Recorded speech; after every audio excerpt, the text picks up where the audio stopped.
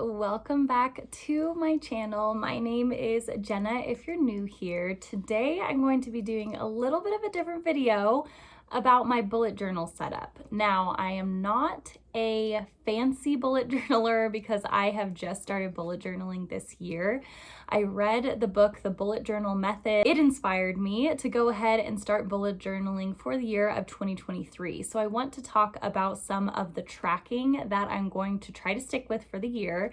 The bullet journal I ended up getting is kind of thin, so I'm going to use this for 6 months and then another one for 6 months. So this journal comes with a built-in index section, which I thought was pretty cool. So I am using it. I don't know how handy it's going to be. I feel like in the future I might just skip doing an index, because if I want to see something, I'm just going to end up flipping through it and then memorizing the pages. But what I really liked about this journal in particular was that it has page numbers at the bottom as well. So you don't have to count out the pages or try to figure that out. It already has the page numbers in there for you. So that is super, super handy. I really enjoyed that feature with it. Oh, also, I'm really bothered because I need to redo my nails, and this nail does not have one.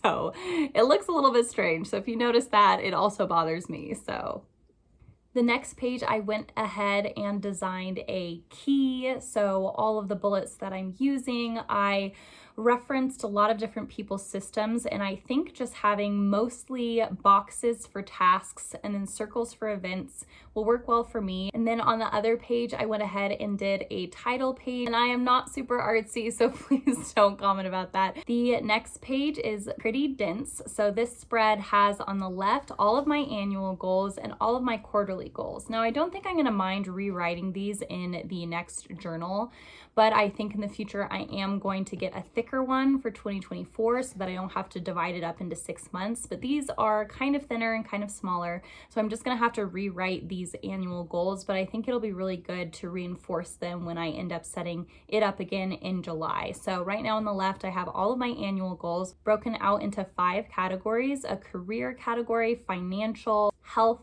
personal, and travel. But then on the other side of the spread, I have my quarterly goals, and so I have it for quarter 1, quarter 2, and I have written out the goals that I have for quarter 1 that I believe will put me on track for my annual goals. And I'm not going to write quarter 2 until I reach quarter 2, just to see how far along I get with quarter 1. And then this next spread is my future planning section. So I included all 12 months of the year in this one. I decided to do it this way because I figure there may be tasks and events that come up for July through December, especially when I'm in the month of June for July or August, that I'm going to want to keep track of and write down. If this is supposed to be a comprehensive journal and planner, then I'm going to need to go ahead and do that. So I decided to just include all of that here. And this is where I am tracking things that are coming up in the future, like birthdays I don't want to forget, events, maybe holidays or 3-day weekends, vacations, or tasks that need to be done in a specific month. So I'll go ahead and fill these up more as I get to them. The next spread, I decided to do a section that included my word of the year, and my word of the year is build. And then I included a little box where I could write a definition and a Bible verse for the year as well that corresponds with my word of the year. Underneath that, I decided to do a statistics tracking. So I'm going to record that at the end of each month indicated. It's a combination of career things and personal things in that section. Then on the other side, I have my content planner. So I will write video ideas here that I know I want to do on a specific day. And then my financial goals section is actually one of my favorites. I got really creative with this one. And again, this is broken out for just 6 months. So this is not for the annual, but it does correspond with all of my annual goals. They're all broken out here. And then I also, on the other side of the page, created a budget snapshot. Now this is mostly just to get an overview of the year for tax purposes. So I am budgeting with an app called EveryDollar, and it is actually Dave Ramsey's app. So my husband and I pay an annual subscription in order to use it. It links to our bank account, and all of our purchases appear on there for us to use. So we use EveryDollar for our budgeting. I'm not using my bullet journal for my budgeting because it just seems way too comprehensive to do that for really tiny purchases. But I do want to have an area where I can track how much income we're bringing in and how much is going out in these various categories. Then the next section is our Tithe Tracker and Gift Tracker. Tithing is typically a term that is used within Christian circles to reference in the Bible when it talks about taking the top 10% of your income and giving that back to God. And so many Christians will always give their tithe to one place or to a church. So me personally, I give it to various organizations. Sometimes it's to our local church, sometimes it's to a charity, sometimes it's to a GoFundMe that I run across. I usually pray about it over every paycheck and determine then where that tithe is going to go. So this is a cool way to track which amount and where each tithing went. On the other side, I have my gift tracker. So I want to be more intentional and creative when it comes to gift giving. So I have my gift tracker here so that I can see what I am getting each person. I feel like it'll also be a really helpful tool to use because sometimes I wonder when I'm buying someone a birthday gift, I wonder what I got them last year. And this will provide a way for me to just reach back into a shelf, grab a book from that year or a journal from that year and see, in 2015, I got my mom some slippers and flowers for her birthday, and then I'll know. And so I feel like it'll be a really cool way to kind of track what I'm getting people. The next section has reminders of things to buy. And I have a section that is under $50, under $200, and then under $1,000. I might need to create more space for the under $50 section in the future, but I think this will be really effective to help me remember certain things that I need to buy so that I can just reference that next time, I have the money for a certain thing or the time in order to go get it. I can reference this section and remember what I need to get. And then the next section is actually a reusable section. It is for monthly bills. I'm going to hide the amounts of these just for personal privacy, but this is our monthly bills section. And I put some tape over the paid section so that each month I can go through this and check off each bill as it's been paid. The next section is a habit tracker. Now I am deciding to focus on one new habit per month. And so for January, my habit is to drink 100 ounces of water per day. As I do it, I will fill out the bubble, and I created these little boxes to match the calendar for each of these months. And then the page on the other side is for quality time. Now, quality time is my primary love language, so I wanted to be more intentional with time spent with others this year.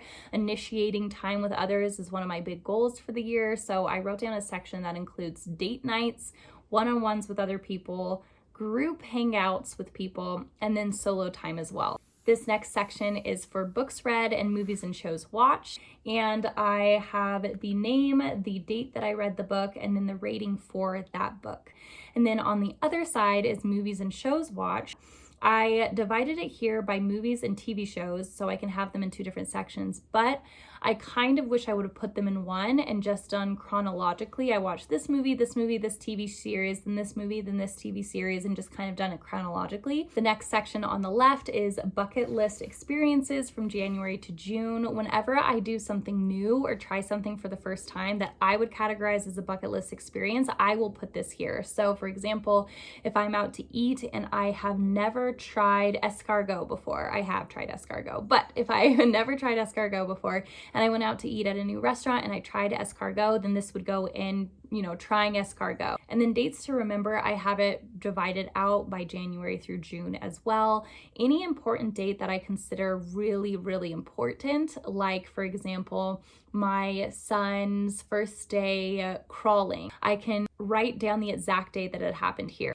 And then the next section is my cleaning routine. So I put down chores that I would like to have done every day, just as a reminder, a weekly checklist of chores that I want to have done every week, a bi-weekly, a monthly, and a biannually. I hope that it is really effective, although I feel like I'll need to create a habit of doing so, especially for the weekly section. And then on the right side, I put meals we like. Now, this actually came from a conversation my husband and I were having. We were trying to think of something to eat for dinner. And I was just saying, I wish we just wrote down every meal that we've had for dinner that we've really enjoyed, because it seems so easy when you're in the moment and you're eating something, you're like, oh, that's super good, we should make this again. But then when you're trying to brainstorm, it is so hard to think of, okay, what meals have we had before? What do we really enjoy? What are some ideas? And so I created a section for breakfast, lunch, and dinner so that once we enjoy a meal and we say, hey, we really need to have this again, I'm going to put this right here. So these are repeat favorite meals that we're going to end up having as kind of a reference guide. So the next section is how I have outlined January. Now I may do this slightly different from month to month and just kind of troubleshoot to see how it works, since this is my first year using a bullet journal. But on the left side, I have a section for my word of the month, and then I have a verse of the month. I have the habit of the month that I'm focusing as well as birthdays and appointments that are happening within the month. I created a highlights section, which I will fill out once the month is over. Now I may decide to put that at the very end, because I have after that all the weeks laid out. So I may decide to put highlights at the very end and kind of do a monthly reflection. We'll see. On the other side, I am just crossing out each day as it goes. And then I have my 3 intentions for the month laid out, which is something I've been doing for a while, is just setting intentions. And then all of my goals for the month, I set these based on my quarterly goals. The next page is a little bit more your traditional bullet journal setup. On the left, I decided to do the calendar just like the book says to do. So to write out the number of the day, the letter of the day of the week next to it, and then have your full calendar on here, so specifically just for events. And then on the right side, I'm putting tasks to remember. I know it says events and tasks, but really it's events on the left, tasks on the right, to remember to do that month. And then I'll kind of show you a snapshot of how the week is going so far, and I will definitely edit this as I go and see what is most effective. But right now I have it laid out as the week of the year, so week 1 of 52. And then I have Sunday through Saturday. I prefer to see the start of the week on Sunday and the end of the week on Saturday. And then I have my tasks for each day, and I'm kind of trying to figure out too how my Sabbath day, I want to organize that, because I don't want to do any tasks on my Sabbath day. So whether I just kind of want to track how the day went, kind of the highlights of the day, we'll see. I may change that around. I have kind of the major thing going on during the day on the very, very top. I have the weather and the highs and lows on the very, very top of that. Then I have all of my tasks, and then I write down a high and a low for the day, and I write down the major news headline for the day. And then my very last spread is at the very end of my bullet journal, and it is writing down 1 line a day. I decided to do this at the very end as kind of a reflection. And so at the very end of the day, I write down a single sentence of the highlight of that day. So for January 1st, I wrote, "We woke up with no power and we're going to bed without internet. What a snowstorm," because it was a crazy winter storm that created that power outage in the morning. And then we were without internet and cell service that entire day. On the 2nd, Paul's going through a bad case of food poisoning. That was so terrible for him. I felt so bad, and that was the primary thing of the day. For the 3rd, I put figuring out how childcare is going to work with mom. That was kind of the primary focus. It was a work from home day. There wasn't any crazy highlights, but that was the primary thing of just going back and forth trying to figure out with my mom what day she's going to watch Henry for and how I'm going to get up to work. And so we have all of that figured out. So I'm really excited to move forward and see how that works for the month.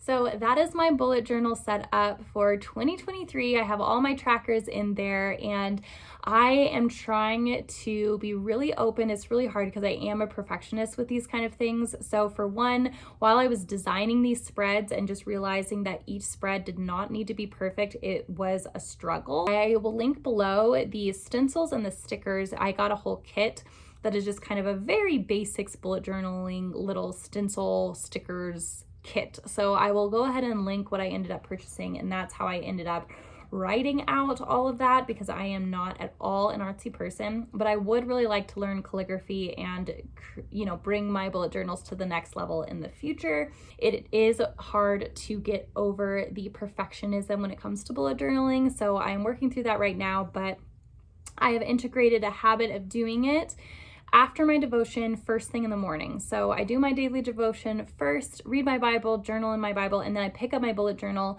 and I flip through each page, update it as needed, and until I end up on the days section. I would love to hear your own strategy for bullet journaling, or the things that you're tracking, or pages that I cannot miss out on. So if you have ideas of things that I need to include, please do tell me. I would love to learn and increase my knowledge and when it comes to this hobby, but it is a super, super fun hobby that I am picking up and I am really enjoying it. So I hope that this video provided some value for you in your own bullet journal journey. Remember to give this video a little thumbs up if you enjoyed it and to subscribe to my channel for other similar type content. Thank you again so much for watching, and I cannot wait to catch you on the next video.